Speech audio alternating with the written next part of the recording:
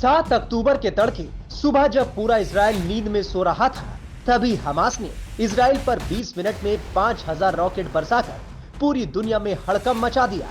इनमें से ज्यादातर रॉकेट को इजरायली मिसाइल डिफेंस सिस्टम यानी आयरन डोम ने हवा में ही तबाह कर दिया, लेकिन इसके बावजूद सैकड़ों रॉकेट इजरायली आबादी वाले इलाकों में जाकर गिरे।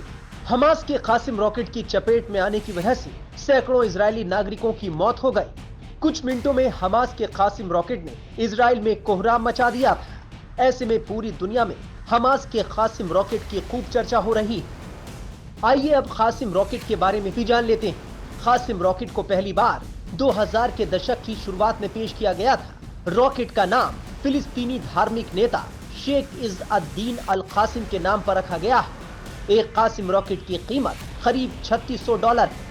शुरुआत में कासिम रॉकेट का डिजाइन बहुत कच्चा था। शुरुआत में ये रॉकेट घरों में बनते थे। उस वक्त एक कासिम रॉकेट बनाने की लागत करीब $800 आती थी। जानकारों का कहना है कि समय के साथ पिछले कुछ सालों में कासिम रॉकेट के डिजाइन और प्रौद्योगिकी दोनों में विकास हुआ है।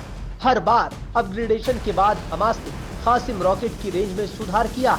कासिम रॉकेट में कभी भी कोई गाइडेंस सिस्टम नहीं लगाया गया।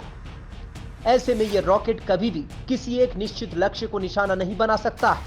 हमास ने कासिम रॉकेट का निर्माण सिर्फ डर पैदा करने के लिए किया है। जब हमास की तरफ से कासिम रॉकेट दागे जाते हैं तो उससे इजरायली नागरिकों के मन में खौफ पैदा होता है। ऐसे में इजराइल को एक कासिम रॉकेट मार गिराने के लिए लाखों रुपए की अपनी मिसाइल को बर्बाद करना पड़ता है।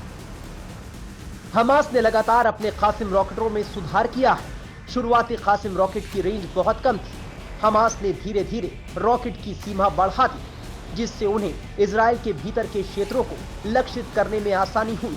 इसके अलावा कासिम हथियार की विस्फोटक शक्ति को भी बढ़ाया गया है, जिससे यह इजराइल में अधिक विनाशकारी साबित हो रहा है।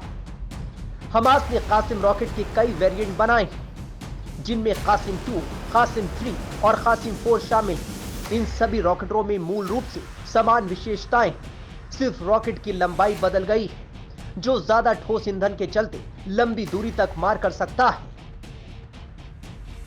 Times now of Bharat digital की रिपोर्ट।